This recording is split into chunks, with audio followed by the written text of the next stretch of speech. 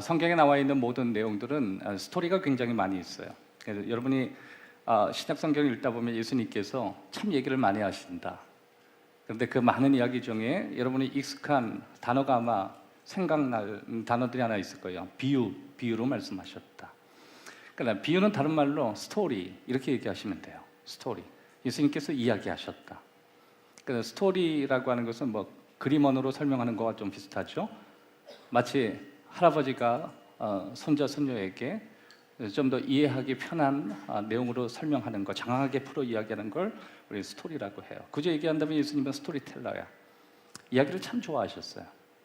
그래서 예수님의 이야기를 듣는 사람들은 좀 더 하나님을 잘 이해할 수 있었고 하나님께 깊이 다가갈 수 있었습니다. 마가복음 4장 34절에 비유가 아니면 말씀하지 아니하시고 다만 혼자 계실 때 그 제자들에게 모든 것을 해석하시더라. 비유가 아니면 말씀하지 않았다. 예수님은 이야기를 참 많이 하셨다. 그 뜻이에요. 마태복음 13장 34절, 35절에 또 이렇게 말씀하셨습니다. 예수께서 이 모든 것을 무리에게 비유로 말씀하시고 비유가 아니면 아무것도 말씀하지 아니하셨으니 이는 선지자를 통하여 말씀하신 바 내가 입을 열어 비유로 말하고 창세부터 감추인 것들을 드러내리려 함을 이루려 하심이라. 그러니까 비유라고 하는 단어는 우리에게 굉장히 친숙하게 다가온다는 거죠. 예수님 우리에게 뭔가 보여주시는데, 특별히 예수님의 이야기를 듣다 보면 우리가 직접 보지 않아도 마치 눈으로 보는 것처럼 생생하게 느낄 수 있었습니다. 그렇게 될 수 있었던 가장 큰 이유는 예수님이 비유라고 하는 방법을 통해서 우리에게 전달하셨기 때문에 그래요. 그냥 하나의 단어로 설명하는 게 아니라 그 하나의 단어를 우리의 머릿속에 넣기 위해서 그것을 이야기로 푸는 거예요. 보통 그것을 스토리텔링 법 뭐 이렇게 얘기하잖아요. 이야기를 통해서 우리의 이해를 돕는다. 근데 여러분 우리의 뇌는요 다른 종류의 정보와는 좀 다르게 스토리에 반응을 많이 한다 그래요. 그래서 학교에서도 과거에는 단답식으로 수학을 했다가 이젠 수학을 어떻게 풀죠? 스토리텔링 법으로 하잖아요. 마치 수학 하나를 풀기 위해서 이야기를 그 수학에 적용해서 아이들이 그 이야기를 푸는 방식을 통해서 수학을 풀게 만들어요. 그러니까 수학을 답을 인출해내기 위한 기계적인 방법이 아니라 스토리를 통해서 수학을 풀 수 있도록, 이걸 뭐라 그러냐면 스토리텔링 이렇게 이야기해요. 왜 그러냐면 우리의 뇌는 어떤 정보를 이해할 때 그 정보와 다른 관점에서 이야기가 들어오면 그 정보를 빨리 이해할 수 있도록 뇌가 자극된다 그래요. 그러니까 예수님은 비유를 많이 말씀하신다는 건 우리의 창조주 예수님께서 우리의 뇌가 어떻게 해야 잘 반응한다는 걸 잘 알고 계셨어요. 그래서 우리는 어떤 이야기를 할 때 어떤 이야기를 통해서 우리의 뇌가 빨리 활성화되는 것을 많이 경험하잖아요. 특별히 그 이야기를 들으면서 우리의 뇌가 강렬하게 반응하는 것을 우리가 경험하게 되는 것입니다. 예수님이 그렇게 이야기를 많이 하시는 이유 중에 하나가 하나님이 우리를 왜 만드셨고 또 하나님이 어떤 분이신지 우리가 이해하기 위해서 우리의 뇌가 빨리 작용해야 되는데 가끔 우리가 그것을 이해하기에 아둔하기 때문에 예수님이 강렬한 스토리를 우리에게 던져주셔서 우리의 머릿속에 있는, 심지어 우리가 보고 있는 이 눈이 작용하는 것이 아니라 우리의 머리 안에 있는 보이지 않는 눈이 열릴 수 있도록 예수님이 돕는 방식이 바로 비유라고 하는 방식을 통해서 쓰신 것입니다. 이렇게 생각하시면 돼요. 머리에도 눈이 있고 마음에도 눈이 있고 우리의 감정에도 눈이 있어요. 그리고 여러분이 보는 눈에도 눈이 있고, 제일 가시적인 거는 보는 대로 느끼는 거죠. 그런데 우리가 직접 보지 않아도 지식으로 느낄 수 있고 감각적으로 느낄 수 있고 심지어 느낌 안에서도 느낄 수 있는 거예요. 그러니까 눈이라고 하는 것은 오감에 다 있는 거예요. 하나님은 우리의 눈이 밝아지기를 원하시는 거예요. 그러니까 우리의 눈이 밝아진다는 건 보이는 눈의 시력이 좋아지기 위해서 되는 게 아니라 그것 말고 어떤 정보를 잘 이해하기를 하나님은 원하시는 거예요. 오늘 이 말씀을 들을 때 여러분이 단순히 보여지는 것이 아니라 이 말씀이 여러분에게 이야기로 전달되어질 때 여러분의 머릿속에 있는 눈이 열리기를 바라고 여러분의 마음속에 있는 눈이 열리기를 원하고 심지어 말씀을 듣는 그 과정 속에 여러분의 감정 속에 눈이 열려서 하나님이 주시는 그 메시지가 무엇인지 발견하게 되는 은혜가 있기를 주의 이름으로 축원합니다. 왜 그러냐면 하나님께서 우리의 삶이 하나님의 이야기를 통해서 변화되기를 원하시고 또 우리가 하나님의 이야기를 들을 때 우리의 삶의 많은 부분이 변화될 수 있다는 사실을 하나님이 아시기 때문에 그런 것입니다. 오늘 본문으로 들어가 보면 오늘 본문은 누가복음 15장의 스토리예요. 여러분 이 스토리는 우리가 잘 알고 있는 스토리예요. 그런데 이 스토리의 일단 배경을 여러분이 이해할 필요가 있어요. 여러분 이 스토리의 배경 가운데 특별히 1세기에 삶을 살아갔던 사람들이 가장 중요시 여겼던 건 뭐냐면 명예를 중요시 여겼고 또 삶의 수치에 대해서 민감했던 문화를 가지고 있던 시대였어요. 수치스러운 것을 생명보다 더 소중히 다뤘고 명예를 자신의 삶에 있어서 가장 핵심으로 다루었던 시대였습니다. 그러다 보니까 부모를 굉장히 존경했고 심지어 여러분이 이렇게 생각하시면 돼요. 한 부족의 족장, 여러분 이제 영화를 보게 되면 족장에 대한 대우를 어마어마하게 하잖아요. 굳이 얘기한다면 사람의 생사를 결정할 수 있는 권한이 족장에 있듯이 당신의 아버지들은 족장과 같은 존재였습니다. 그런데 여러분이 알고 있는 이 누가복음 15장을 우리가 읽다 보면 둘째 아들에게 꽂혀서 둘째 아들에게 우리가 집중할 때가 있어요. 왜 그러냐면 아버지에게 유산을 달라고 이야기한 거예요.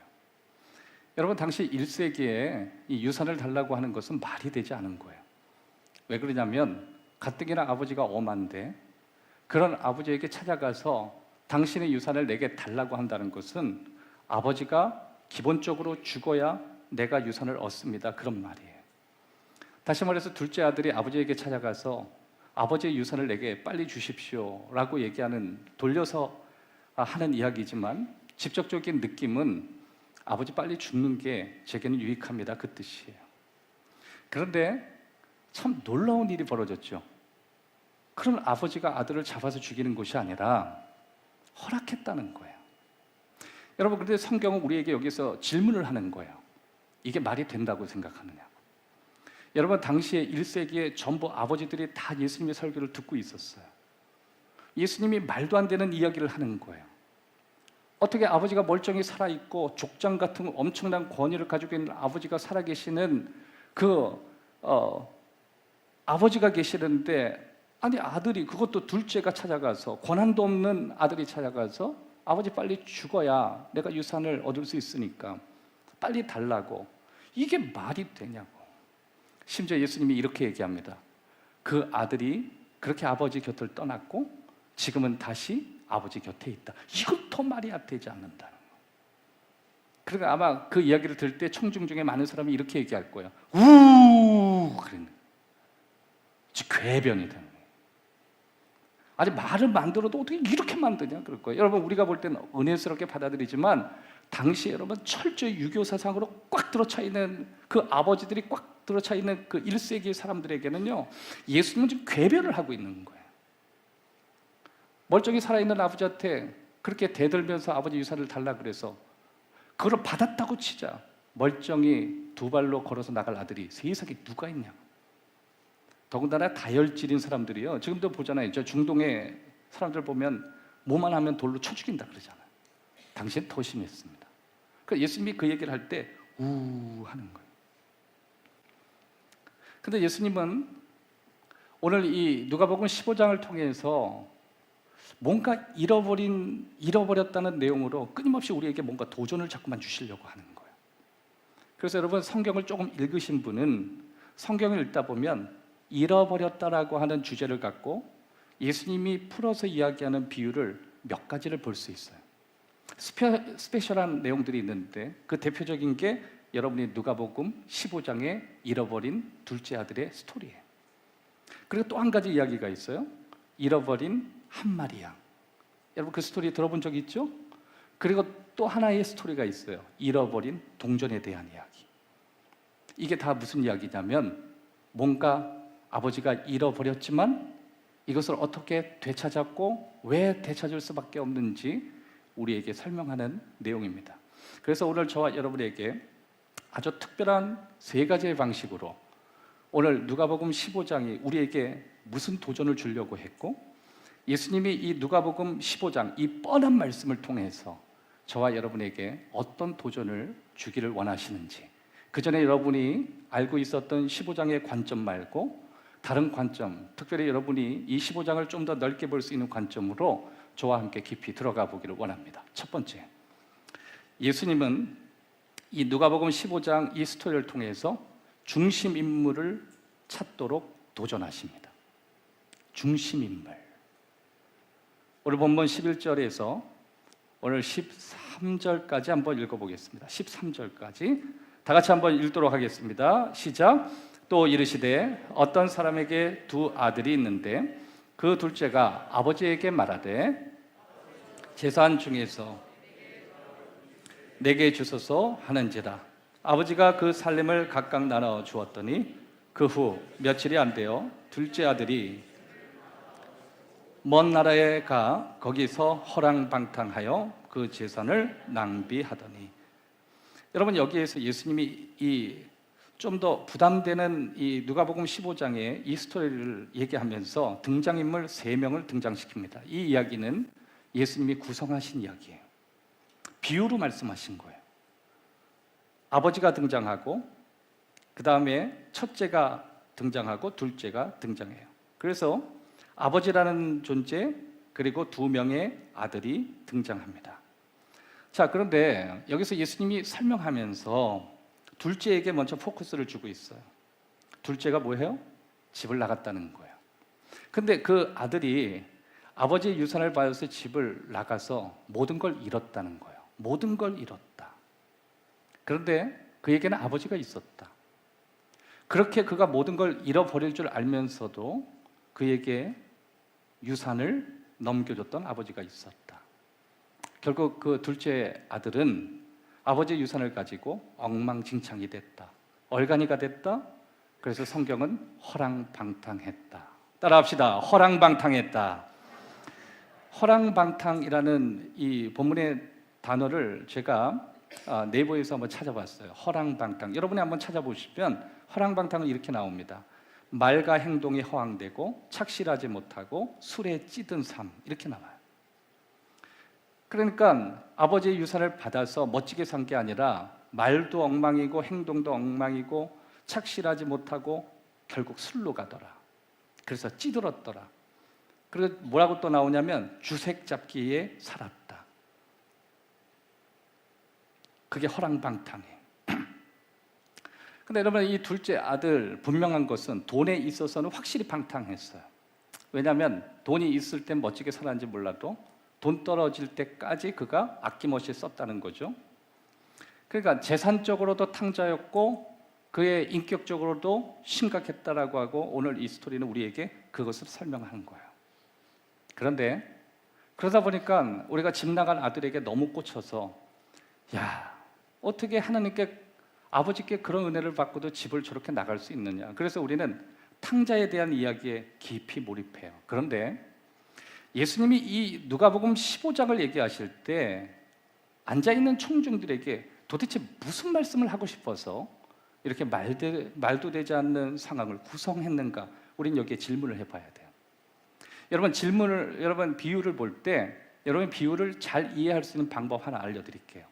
질문을 하는 거예요. 왜냐하면 예수님이 우리에게 뭔가 이야기를 했을 때 우리가 무언가 우리에게 메시지를 주고 싶어 하셔서 이 메시지를 준 거니까 왜 저런 얘기를 하실까? 퀘스천을 자꾸만 해야 돼요. 자, 그러면 예수님이 이 이야기를 하실 때 등장인물을 3사람을 주면서 말도 안 되는 상황들을 구성해요. 그러다 보니까 진짜 말도 안 되고 허랑방탕했던 정말 인간 같지 않는 탕자에 대해서 우리가 집중하는 사람도 있겠고, 그러면서 잠시 눈을 딱 돌아보면 큰아들은 어떤 마음일까? 장남이 뭐가 죄야? 한번 따라 합시다. 장남 장녀가 무슨 죄가 있나? 여러분 장남의 입장에서 한번 서봤어요? 제가 말씀을 읽다 보니까요, 첫째 아들 마음이 이해돼요. 나중에 아버지하고 싸우거든요. 아들이 착했습니다. 그런데 여러분 오늘 이 시대의 장남들, 장녀들 그 사람들은요 사실 착하게 사는 사람들이에요. 왜 그러냐면 집안의 첫째들을 언제나 부모님이 기대하거든요. 그러니까 여기 저 오늘 여러분 축복합니다. 내가 장남이다, 장녀다. 여러분 손들 필요는 없지만 마음으로 여러분 응원합니다. 저희도 첫째 있어요. 저희 첫째 있는데 첫째한테 기대가 엄청 쏟아. 뭐 조금만 부시럭거리면 병원 들고 막 뛰어가고. 그리고 심지어 뭐라고 해야 되냐면 첫째가 잘 돼야 된다고 우리는 막 그런 생각 갖거든. 그래 첫째가 잘못하면 첫째가 잘 돼야 둘째가 잘 되고 셋째 잘 되니까 첫째 버릇 고쳐야 되는 거야. 근데 진액 다 쏟고 둘째부터는 지쳐가는 거예요. 둘째 될 때는 뭐 그러면 안 돼 뭐 이 정도 하고 막내가 될 때는요 네 알아서 해 막 이렇게 되는 거예요. 그러니까 솔직히 여러분 장남 장녀 마음은요 자기를 누르고 산다고요. 그러니까 막내는 얼마나 재밌게 살았겠어요. 하고 싶은 거 하고 하고 싶은 말 하고 아버지한테 당당히 말하고. 그런데 여러분 장남의 입장에서 첫째 아들은 등장하지 않지만 지금은 나중에 아버지한테 싸우거든요. 아버지 나한테 해줄 게 뭐가 있냐고. 아들한테 저렇게 유산을 주고 그리고 저짓거리하고 허랑방탕으로 돌아왔는데 뭐 잔치까지 벌어주냐고.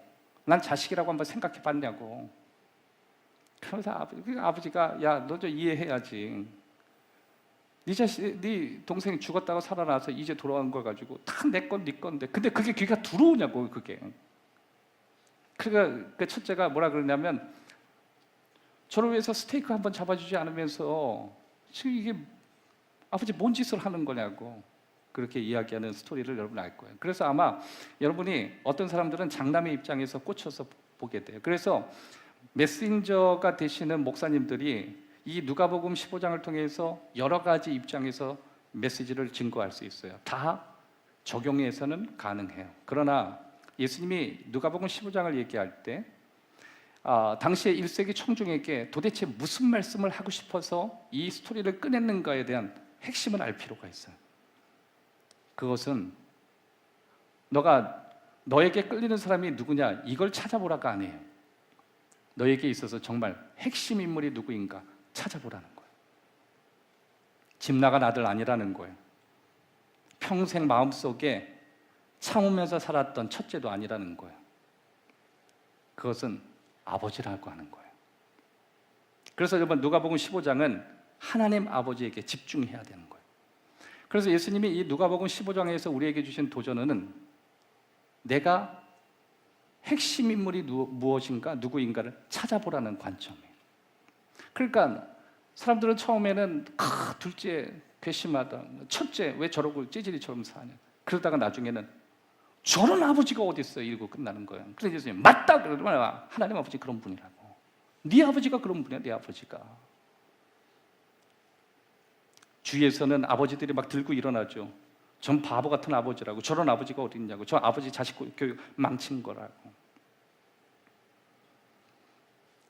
어떻게 저렇게 허랑방탕하고 사치한 저런 아들에게 말도 안 되는 은혜와 사랑을 아버지가 베풀었냐고. 그러니까 당시의 아버지의 입장에서 여기에 등장하는 아버지는 세상에서 둘째 아들 못지않게 가장 사치스러운 아버지예요. 그걸 좋게 안 받아들였다고. 저 자식 망친 아버지라고 생각했대요. 근데 예수님은 굽히지 않았어요. 그러니까 여러분 그곳에 모여 있는 사람이 그걸 받아들이지 않는 거예요. 그건 말이 안 된다는 거예요. 예수님이 억지라는 거예요. 그는 우리들을 모욕하는 거래요.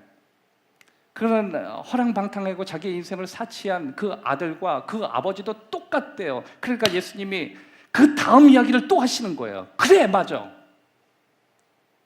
니들이 보기에 아버지가 집 나간 아들에게 베푼 이 엄청난 막 송아지를 잡고 가락지를 끼워주고 아버지 코트를 입혀주고 잔치를 파티를 하는 거 그거 사치 맞지? 내가 그거 또 이야기 하나 할게. 그래서 다른 비유가 또 나오는 거예요. 그래서 여러분이 알고 있는 또 다른 하나의 잃어버린 이야기가 나오는데 그것이 바로 길 잃은 한 마리의 양에 대한 이야기예요. 예수님이 또 이렇게 이야기하십니다. 자, 내가 너희들에게 설명할 때 잘 들어봐. 너희에게 100마리 양이 있는데 한 마리 양이 길을 잃었어.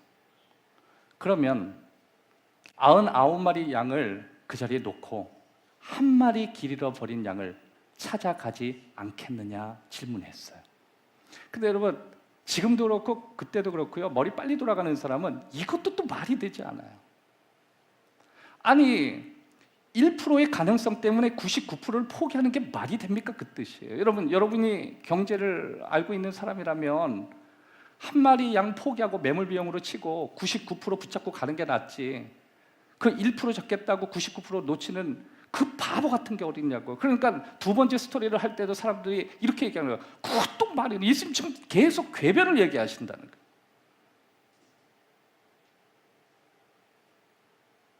그러니 옆 사람들한테 얘기하지 않겠어요? 너는 어떻게 생각해? 너 말이 안 되지 않아? 저 생각해봐. 아까 아버지도 말이 안 됐지? 이번에도 말이 안 돼요. 예수님 지금 궤변을 얘기하는 거예요. 아니 한 마리 양을 잃어버렸는데 그럼 아홉 마리 양을 포기한다는 거예요? 목자가 2명이 있는 것도 아니고. 여러분 생각해 보세요. 한 마리 잃어버린 양이 어디 갔는지 어떻게 알아? 그러면 갔다 오면 99마리 양이 흩어지면 어떻게 해? 웅성웅성.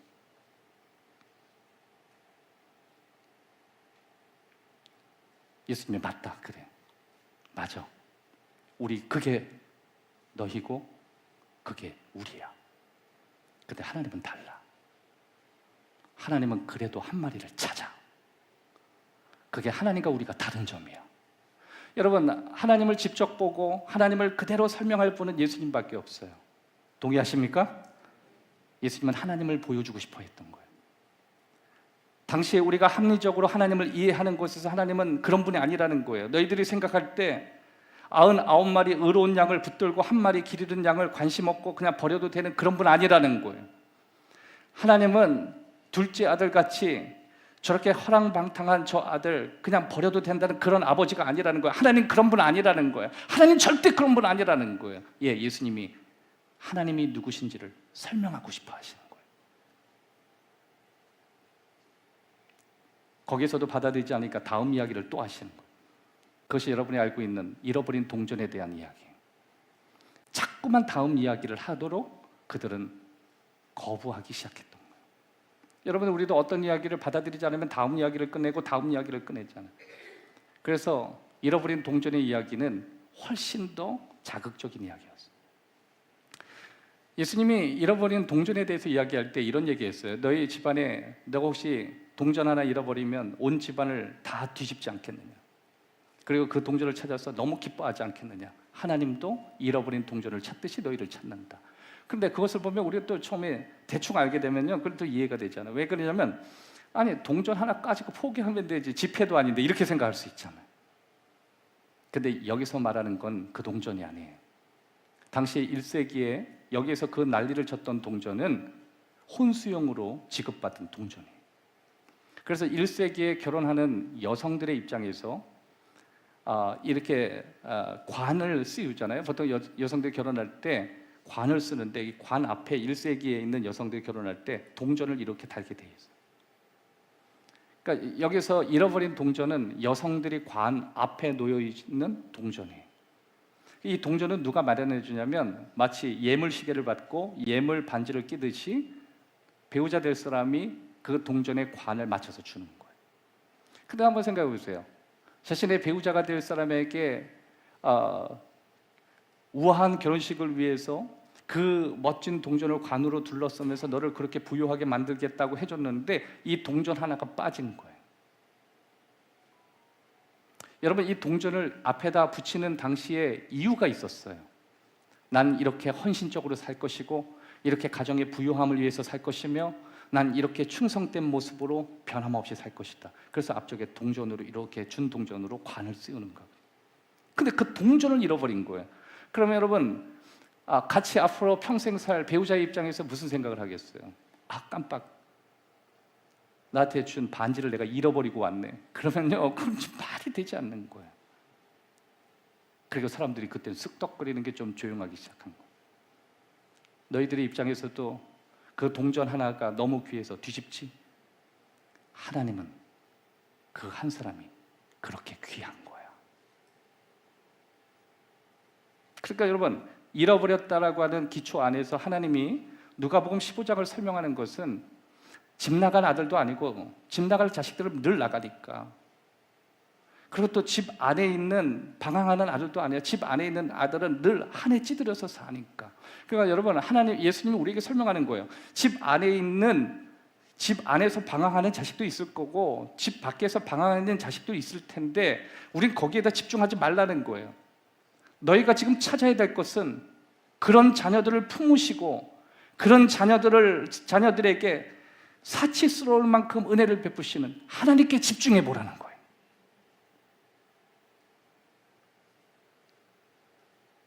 그분이 하나님이래요. 그래, 하나님은 너와도 다르대요. 우리와도 다르대요. 여러분, 혹시 여러분의 삶이 어떤 삶이든지, 여러분이 지금 어떤 삶을 살고 있든지, 또 여러분이 지금까지 어떠한 삶을 살아왔든지, 여러분 스스로가 하나님을 판단하지 마시기를 주의 이름으로 축원합니다. 하나님은 저와 여러분의 이름을 정확히 알고 있거든요.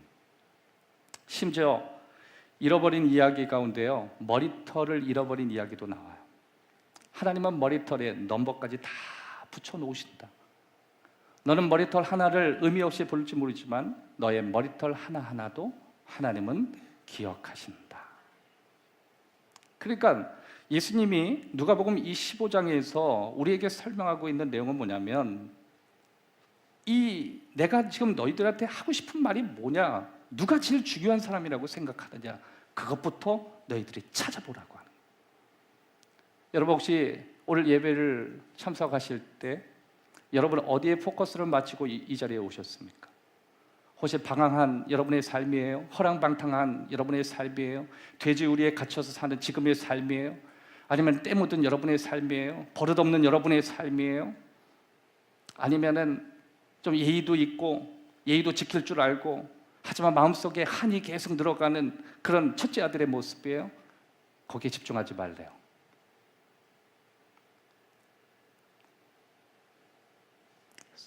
때로는 그런 우리들이라 할지라도 한없이 은혜를 베푸신 그 아버지에게 집중하래요. 그럼 예배할 수 있어요. 많은 분들이 하나님 앞에 예배 못하는 가장 큰 이유가 내가 둘째 입장에서 자기 자신을 잠깐 보는 거예요. 내가 허랑방탕합니다. 술에 찌들어 살고 한 주간 내 삶을 보면 정말 이거는 그냥 인간인지 돼지인지 헷갈릴 정도로 저는 그냥 오물에 뒤집었습니다. 네, 그게 여러분에게 집중되어지는 모습일 수 있어요. 근데 오늘 이 예배 속에 여러분이 집중해야 될 모습은 그 모습도 아니에요. 아니, 온통 교회는 다 집 나갔다 돌아오는 사람에게 잘해주고 난 지금까지 뼈 빠지도록 11조하고 감사한 것하고 하나님 앞에 드릴 것 다 드렸는데 이런 모욕을 당하고 이런 힘들게 하는 이게 아버지냔 말이야. 여러분, 혹시 그런 첫째의 마음으로 오늘 이 자리에 있다면 거기에도 집중하지 말래요.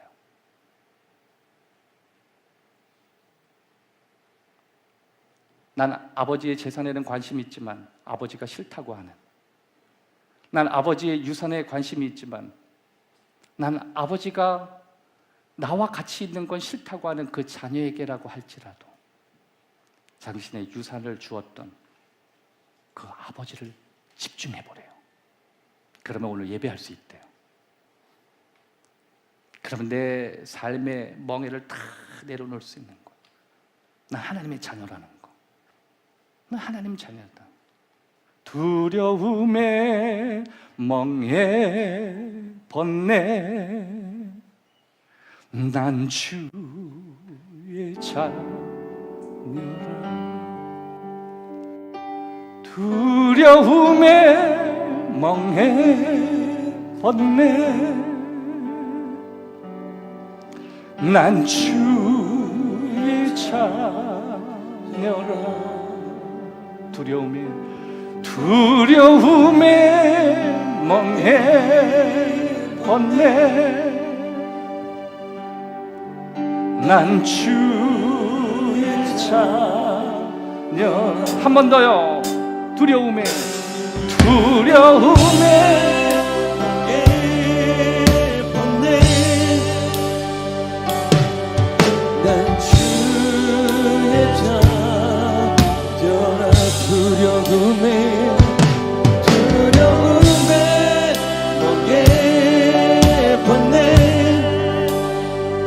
주님의 난 주의 자.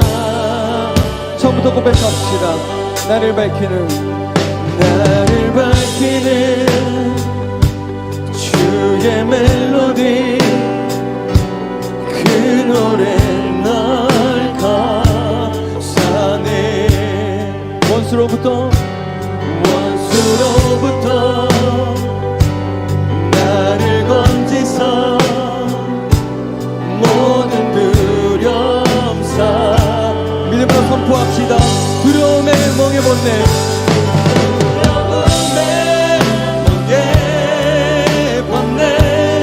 나는 주님의 자녀라. 난 주의 자녀라. 두려움에 멍게 봤네. 나는 주님의 자녀라. 난 주의 자. 우리 2절로 고백합시다. 못대로부터 나를 택하여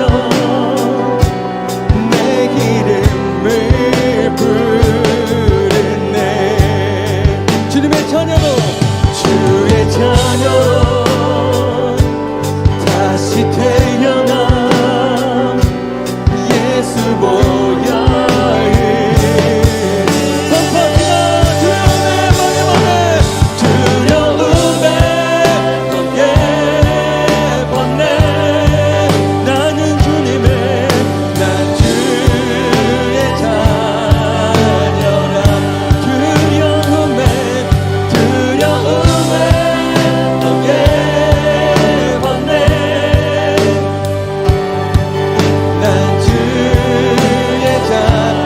선포하시나. 두려움에 멍해봤네. 두려움에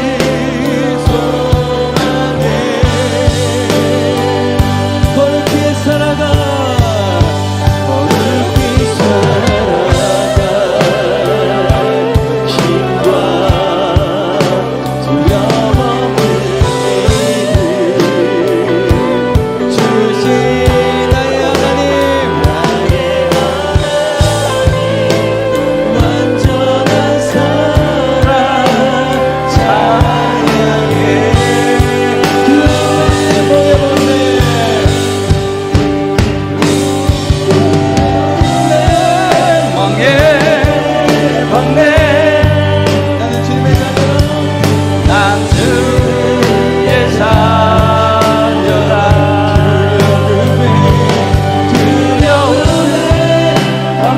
자녀라. 두려움에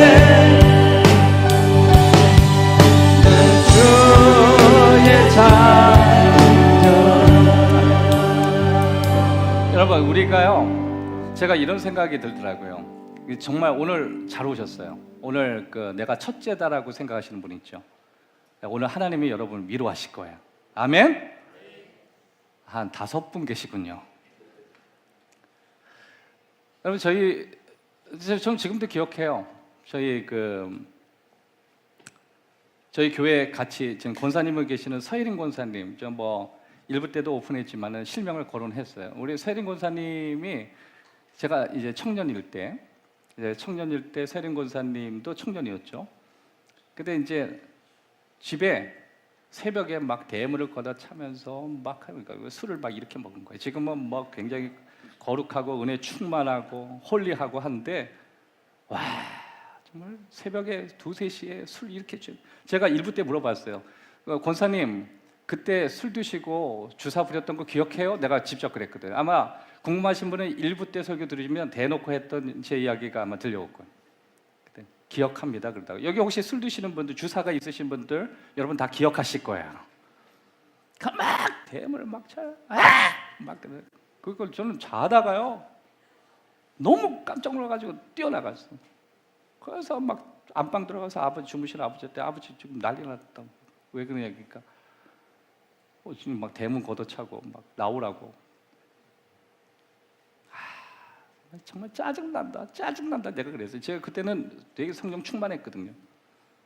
나름대로 성령 충만했어요. 그런데 마귀 한 마리가 집에 있으니까 정말 싫다. 하나님 그냥 데려가셨으면 좋겠다. 막 이런 생각이. 근데 문 열어줬어요. 그래 문 열어 제가 열어주잖아요. 결국 둘째가 열어주는 거거든요. 열어주면서 죄송해요. 제가 그때 은혜가 충만했는데 나올 땐 개이 무슨 막 이랬어요. 이 주기 뭐 여러분 은혜 생활 하다가도 너무 열받으면 은혜를 욕이 넘어서 버리잖아요. 막 개 뭐 걸 막 이러고 했어. 근데 제가 그렇게 욕했던 거는 알아듣지 못하더라. 그래서 이제 아버지가 거실로 나와서 뭔 일이 있냐 그러니까 막 딱 했다네요. 와, 막 갑자기 울어요. 그러다 보니 또 웃어요. 아빠? 우리 아빠? 그래서 제가 아버지를 너무 모욕하는 것 같아서 그 입 닥쳐. 샹야 지에 뭐 불을 내려주소서 막 그랬더니 우리 아빠 막 온갖 지록을 다 하는데요. 그건 뭐 완전히 허랑방탕한 미친 뭐 마귀 새끼인 거예요. 그래서 제가 아버지한테 뭐라 그랬냐면 가만두냐고 머리채를 뜯어버리라고.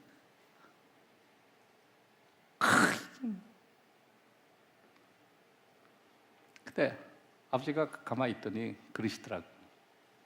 들어가. 그러더라고. 들어가. 그래서 제가 왜 아버지 뭐 지방 꼴이 이게 콩가루가 된다고 이게 잡으셔야 된다고. 그랬더니 너도 들어가 그러시더라고. 벌쩍 억울한 거예요. 맨날 새벽에 잠도 깼죠. 동네 사람 다 깨웠죠.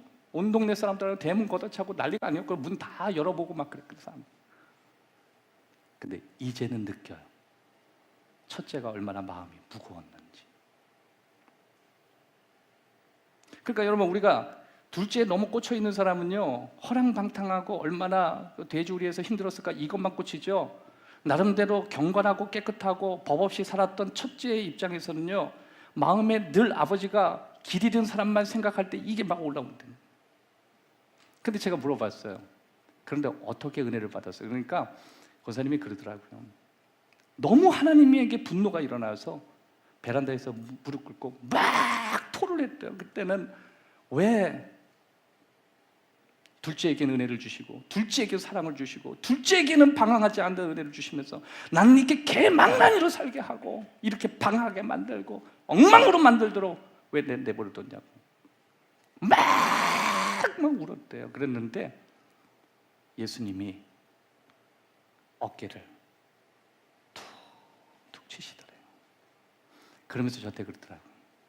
그때 제가 전도사였는데 예수님이 그냥 어깨를 치시는데 아버지 마음이 다 느껴졌대요. 아버지 마음. 그날로부터 하나님께 돌아오기로 결정했어요. 그래서 방황 다 끝내고 그 힘들고 눌렸던 그 마음, 아버지의 마음을 이해하고 돌아온 거예요. 여러분이 혹시 첫째의 입장에서 지금까지 내가 은혜 생활을 그렇게 깊이 집중적으로 하고 하나님께 드릴 것 다 드리고 헌신은 다 하고 젊은 청춘 다 버렸는데 하나님이 나한테 이런 대우밖에 안 하시냐고 분노가 있으신 분들, 여러분이 아버지 잘 못 만나서 그래요. 아버지 만나보면 그 마음 씻겨요. 그래서 예수님이 그러는 거예요.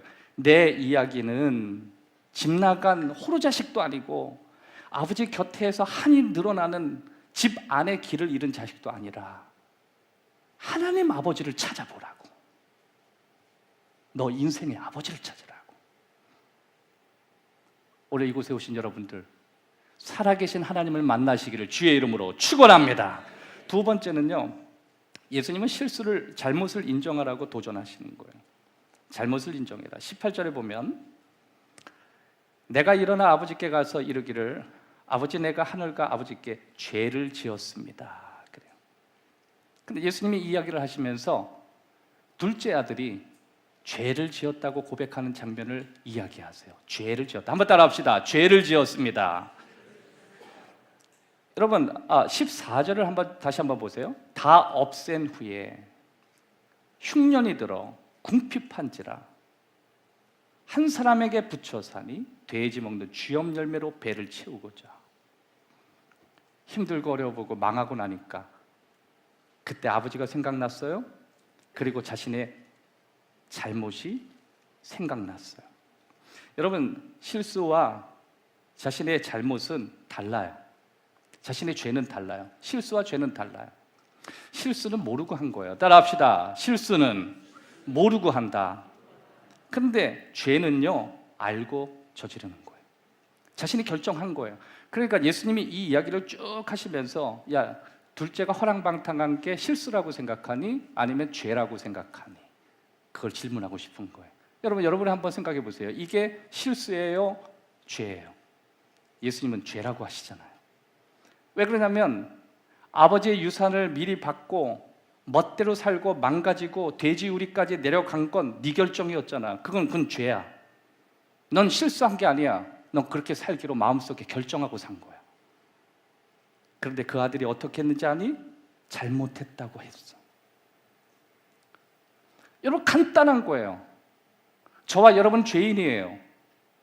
그럼 죄인이 죄를 인정하는 건 당연한 거예요. 그런데 당시에 예수님의 이 스토리를 들으면서 일부는 난 죄인 아니라는 거야. 내가 무슨 죄를 지었냐는 거예요. 그런데 너희는 지금 알고 저지르는 모든 죄들이 너무 많다는 거예요. 그거 인정해야 돼. 여러분, 이 신앙생활이요, 대체로 많은 사람들이 자기는 윤리적으로 법 없이 사는 거라고 생각하지만 성경 우리에게 죄인이라고 그러거든요. 왜 그러냐면 99.99%가 전부 너희가 원해서 했고 결정해서 하는 죄라는 거예요. 뭐 잠깐 실수하는 게 별로 없어요. 여러분, 우리 인생에 실수가 별로 없다니까. 다 알고 저지르는 거예요. 알고 말하고, 알면서도 이야기하고, 알면서도 실수하고. 그럼 예수님이 그거에 대해서 책망했나요? 아니요. 그냥 네가 깨닫고 아버지한테 잘못했다고 하래요. 왜냐하면 그것은 너의 인생의 방향 전환이 되기 때문에 그렇다는 거예요. 사도 바울도 이렇게 얘기했습니다. 로마서 1장 21절 이하에 보면 하나님을 알되 하나님을 영화롭게도 아니하며 감사하지도 않고 오히려 생각이 허망해지고 마음도 미련해졌다. 한번 따라합시다. 하나님을 알지만 하나님을 영화롭게 하지 않고 감사하지도 않고 생각이 허망해지고 마음도 미련해졌다. 네, 그게 사도 바울이 저와 여러분이 가진 마음이래요. 그래서 저와 여러분 죄인이래요. 하나님을 알면서도 하나님의 영광을 위해서 살지 않는데 의도적으로 그렇게 하기 싫어서. 그러니까 저와 여러분은 99.99%가 전부 알면서 저지른 죄예요. 우리는 다 그러니까 죄인인 거예요. 결국 이 둘째가 어떻게 됐느냐 하면 오물을 뒤집어 쓰는 인생이 된 거예요. 그냥 완전 망가진 거예요. 안팎이 더러워진 거예요. 안도 더러워지고 바깥도 더러워지고, 왜냐하면 환경도 더럽혀버렸고 내면도 더러워졌으니까. 여러분, 우리가 하나님 따라서 살기로 결정한 다음에 저와 여러분이 어떤 모습으로 살아갔느냐 잘 보면 안도 더러워지만 밖에도 더러워지잖아요. 그런데 사도 바울이 우리에게 그렇게 얘기하거든요. 심지어 넌 하나님을 알지만 하나님께 영광도 안 돌렸대. 그건 네가 알고 안 돌렸대요. 근데 가끔 우리가 살다 보면 하나님 알죠. 그런데 영광까지는 돌리고 싶진 않은 거예요. 그 왜 그런지 아세요? 우리 다 첫째의 마음을 가지고 있어서 그래요. 제가 뭐 개인 이름을 잠깐만 얘기해서 그런데 세린 권사님한테 내가 딱 둘이 앉아서 그랬어요. 그때는 누님이었으니까 제가 전도하려고 내가 하나 질문하자. 왜 교회 안 나가는데? 내가 그랬어요. 그때 나를 탁 쳐다보더라. 아마 그것도 기억난다 그러시더라. 그럼 내가 질문하겠대요. 뭘 질문해봐. 하나님 공평하냐? 그러니까 저는 살아계신 주 하나님 막 공평하다고 얘기하지. 더할 수 없는 은혜를 주셨다. 그랬더니 이러더라. 그런데 우리 집안은 왜 이런 꼴이야? 그러더라. 그게 뭔 말이야? 정주영은 저렇게 잘 사는데 우리 집안은 왜 그래? 그러더라. 야, 머릿속에 정주영이 있을지 몰랐어요. 전 이해됐어요. 왜냐하면 당시에 우리 집은 가난했거든요. 그런 저도 하나님 얘기하지만 부모님한테 용돈을 막 받으면서 얻어먹으면서 살 때니까. 너는 왜 하나님 그렇게 잘 먹는데 그 꼬락지로 사니? 그 얘기였거든. 야, 너래도 제대로 지금 있어야 돼. 니도 그 꼴이고 나도 그 꼴이고 우리 집안이 지금 이런 꼴인데 하나님이 공평해? 그게 첫째의 마음이에요. 그래서 저는 우리가 하나님을 영화롭게 하고 싶지 않은 마음이 마음에 화가 나 있는 거예요. 지금 화가 나 있어요. 그러니까 여러분, 저는 아버지의 마음으로 여러분 축복하기를 바라요. 하나님이 우리가 볼 때 사치스러운 은혜, 사치를 하시는 것 같은 은혜가 여러분에게 마음껏 부어지기를 주의 이름으로 축원합니다. 그래야 회복이 되거든. 그러다 하나님께서 우리가 힘들고 어렵고 그러면요, 하나님이 생각하지 않고 자격 없는 은혜들을 막 부어주시는 거예요. 그러니까 왜 이 사람이 죄를 인정하지 않았느냐? 얼마 안 돼서 방향 감각도 잃고 자기가 누구인지도 잃고 감각도 잃어버리고 목적도 잃어버리고 가치관도 잃어버리고 그냥 이 사람은 아버지의 유산만 외치다가 그 꼴이 됐다. 예수님이 그렇게 얘기하시는 거예요. 그래서 예수님은 그런 아들이 잘못했다라고 고백한 거, 여기에 너희들이 주목해봐라. 너희가 잘못했잖아. 너희가 그렇게 산 거 잘못했잖아. 인생이 무한대가 아닌데, 인생의 사람의 연수가 70이요 강건하면 80이라 70을 기준으로 놓고 살아보자. 너희가 이렇게 사는 게 맞니? 그 얘기하시는 거예요. 너희가 인생의 70을 기준점으로 봤을 때 지금 하나님이 제한된 그 시간에 그렇게 사는 건 옳은 건 아니잖아. 모르고 이렇게 산 거 아니잖아. 실수한 거 아니잖아. 니들이 결정했고 그렇게 살았잖아. 그럼 잘못했다고 해. 잘못했다고 해서 너희가 갑자기 아버지와 같이 살라는 건 아니야. 하지만 너희가 인정하면서가 시작되는 거야. 그래서 여러분, 교회 오면 언제나 하나님, 나를 용서해 주십시오. 우리를 용서해 주십시오. 우리의 죄를 용서해 주십시오. 우리의 가정을 용서해 주십시오. 우리의 자녀를 용서해 주십시오. 그리고 용서를 받은 확신으로 일어나는 거예요. 죄에 묶여 사는 게 아니에요. 적어도 내가 죄를 지었다는 사실을 알고 살아가야 돼요. 그건 예수님께서는 이 둘째 아들이 그런 진실한 마음을 가지고 있었대요. 그러니까 이 둘째 아들이 이런 생각을 가진 거예요. 내가 집에 가서 아버지 앞에 내가 아들이라고 감히 말 못하겠대. 그래서 저는 하인이 되고 싶어 한다고 그렇게 얘기하겠대요. 난 아버지의 종으로 그냥 살아도 마땅하다고. 이게 잘못했다고 하는 사람들이 가져야 될 마음이라는 거예요. 자격이 없는데 은혜를 주셨다고 생각하는 사람들의 마음이래요. 여러분, 당시에 아버지들은 족장가 같았어요. 1세기의 족장가 같은 아버지는 어떤 아버지냐면 가운을 이렇게 길게 입는 아버지거든요. 그런데 여러분 보세요. 잘못한 아들을 아버지가 책망한다든지 예수님이 하나님이 너희 잘못을 일일이 파헤쳐서 혼내려고 하시는 분이다, 이걸 의도하신 게 아니라는 게, 예수님이 이 스토리 가운데 아버지가 아들을 앓고 먼저 뛰어가는 아버지를 우리에게 보여주잖아요.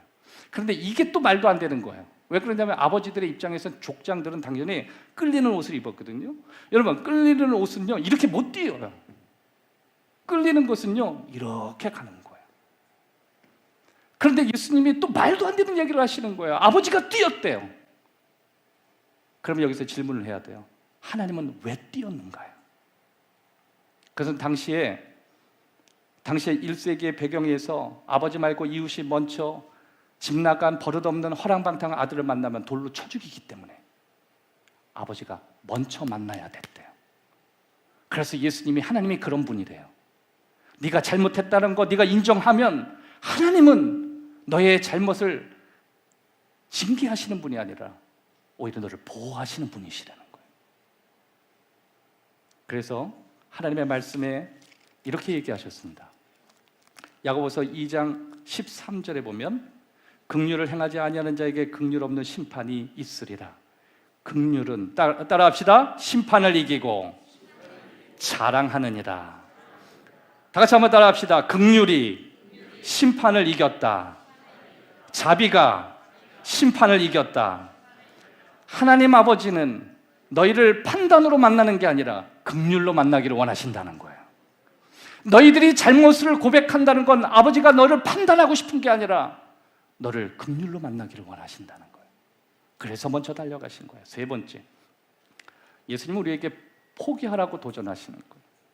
누가복음 15장 25절 이하의 말씀 보면 맏아들은 밭에 있다가 돌아와 집에 가까이 왔을 때 풍악과 춤추는 소리를 듣고 한 종을 불러 이 무슨 일인가 물었는데 대답하되 당신의 동생이 돌아왔음에 당신의 아버지가 건강한 그를 다시 맞아들이게 되므로 인하여 살찐 송아지를 잡았나이다 하니 그가 노하여 들어가고자 하지 아니하거늘 아버지가 나와서 권하는데 아버지께 대답하여 이르되 내가 여러 해 아버지를 섬겨 명을 어김이 없거늘 내게는 염소 새끼라도 주어 나와 내 벗으로 즐기게 한 일이 없더니 아버지의 살림을 창녀들과 함께 삼켜버린 이 아들이 돌아오매 이를 위하여 살찐 송아지를 잡으셨나이까. 아버지가 이르되 예 너는 항상 나와 함께 있으니 내 것이 다 내 것이로되. 예수님이 여기서 주시는 도전은 뭐냐면 너 포기할 수 있겠니? 그거예요. 어떤 포기냐면 네 생각. 따라합시다. 너의 생각. 그것을 포기할 수 있겠느냐예요. 아버지가 첫째 아들한테 다시 달려가면서 얘기해요. 네가 가지고 있는 생각을 내려놓지 않으면 아버지가 가지고 있는 생각을 받아들일 수는 없다. 여러분, 혹시 여기 부모님이 되는 입장에서 자식 때 이해가 되지 않았는데 나이가 들면서 이해되시는 분들이 있죠. 혹시 이런 생각 해보셨어요? 이걸 어릴 때 깨달았으면 얼마나 좋았을까요? 여러분, 저는 너무 힘들고 어려울 때 아버지가 좀 생각이 나요. 그리고 어머니도 생각이 나요. 그런데 그때 생각나면서 이런 생각을 해요. 내가 그 입장에 서보지 않고 그 위치에 서보지 않아서 그 마음을 잘 몰랐구나, 그거예요. 그걸 조금만 알았다면 좀 더 이해할 수 있을 텐데, 이런 생각도 한번 해봤어요. 근데 제가 좀 더 젊을 때는 그게 이해가 되지 않았어요. 아이를 키우는 입장에서 너무 버거웠고 살아가는 삶이 너무 힘들었고 신앙생활에서 목회하는 게 너무 힘들었고 온통 저는 힘들다고만 했거든요. 왜 부모님이 그렇게 저한테 집착하는지, 왜 부모님이 저한테 자꾸만 전화하기를 원하는지, 왜 부모님이 자꾸만 나한테 용돈을 달라고 자꾸만 하시는지, 왜 자꾸만 보채는지 저는 그걸 이해를 하지 못했어요. 아직도 이해하지 못하는 면들이 있어요. 그러나 저는 시간이 가면 이해될 거라고 생각해요. 근데 이해될 수 있는 방법은 시간만이 아니더라고요. 지금 내 생각을 내려놓고 부모님의 마음을 받아들이는 거예요. 그럼 이해가 돼요. 첫째는 자기 생각이 너무 강했어요. 자기가 옳다는 생각이 너무 강했어요. 자기가 옳게 살아왔던 자기의 삶에 너무 집착했어요. 자기한테 꽂혀 있었어요. 그래서 하나님의 베스트를 받아들일 수 없었어요. 여러분, 맞아요. 여러분, 저와 여러분이 살아가는 삶에 수많은 판단이 우리에겐 필요해요. 이렇게 사는 게 옳고 저렇게 사는 게 옳지 않고 우리는 그렇게 판단하는 게 정말 필요해요. 그래서 여러분, 그렇게 판단하는 것 그 이상으로 살 수가 없어요. 그런데 어느 순간 우리의 판단을 내려놓으라고, 포기하라고 얘기해요. 그 다음엔 그분의 생각이 물밑듯 들어와요. 그 생각은 아버지의 마음이에요. 예, 너 내 마음 아니? 그거예요. 첫째야, 너 힘들다는 거 알아. 내 마음 아니? 너도 자식 때 봐라. 여러분, 그걸 너무 많이 듣지 않았어요? 드라마에서도 보고.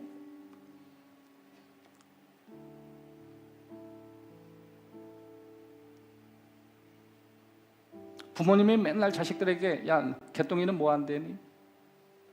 김서방은 뭐 안 되니? 니도 나이 들어봐. 정보가 필요해서 묻는 게 아니라 피가 식고 물어볼 사람이 없어서 그게 낙이야. 근데 여러분, 나이가 들어도요 그거 철모르게 살아요. 좀 알아들 만한 나이가 돼야 돼요. 근데 언제 돼요? 자기를 자꾸만 내려놓고 포기하는 훈련이 돼야만 그 큰 생각이 들어오기 시작하는 거예요. 여러분, 첫째는요, 하나님 사랑하지만 규칙을 너무 사랑했어요. 하나님 사랑하지만 옳고 그름을 너무 사랑했어요. 그러니까 옳고 그름을, 하나님의 긍휼, 아버지의 사랑, 마치 사치처럼 부리고 의미 없어 보이는 아버지의 사랑이 더 커 보이지 않았던 거예요. 그래서 여러분, 우리가 하나님을 만날 땐 제일 먼저 우리를 자꾸 포기하라고 해요. 내려놓으라. 여러분, 내려놓으라는 게 무슨 뜻인지 알아요? 여러분이 살아왔던 생각을 내려놓으라는 거예요. 여러분이 지금까지 내렸던 삶의 기준을 내려놓으라는 거예요. 여러분이 지금 옳고 그름이라고 생각했던 여러분의 규칙을 좀 내려놓으라는 거예요. 그래야 하나님이 주시는 최선이 너의 인생에 들어온다는 거예요. 둘째도 네가 집 나갔던 망가진 삶을 좀 내려놓고, 주색 잡기와 온갖 방황을 했던 돼지우리의 상처받은 인생 좀 내려놓고, 아버지 곁에서 바른 생활을 하고 규칙적인 생활을 했던 너 첫째도 너의 옳다라고 하는 삶을 잠깐 내려놓고 너를 잡으려고 뛰어나간 아버지의 마음도 이해해보고, 잃었다가 다시 아버지 곁에 찾아온, 제발로 찾아온 아들의 입장에도 이해해보고, 너를 좀 내려놓을 수 없겠니? 그러면서 신앙생활이 시작되는 거예요. 오늘 예수님이 누가복음 15장을 통해서 우리에게 주시는 핵심적인 복음적인 내용이 있습니다. 에베소서 2장 8절에 이게 여러분에게 주시는 사도 바울을 통한 메시지예요. 우리 한번 마지막으로 이 말씀을 읽겠습니다. 시작. 너희는 그 은혜를 인하여 믿음으로 말미암아 구원을 받았으니 이것은 너희에게서 난 것이 아니요 하나님의 선물이라. 다시 한번요. 너희에게서 난 것이 아니요 하나님의 선물이라. 하나님의 선물이라. 믿으세요? 믿는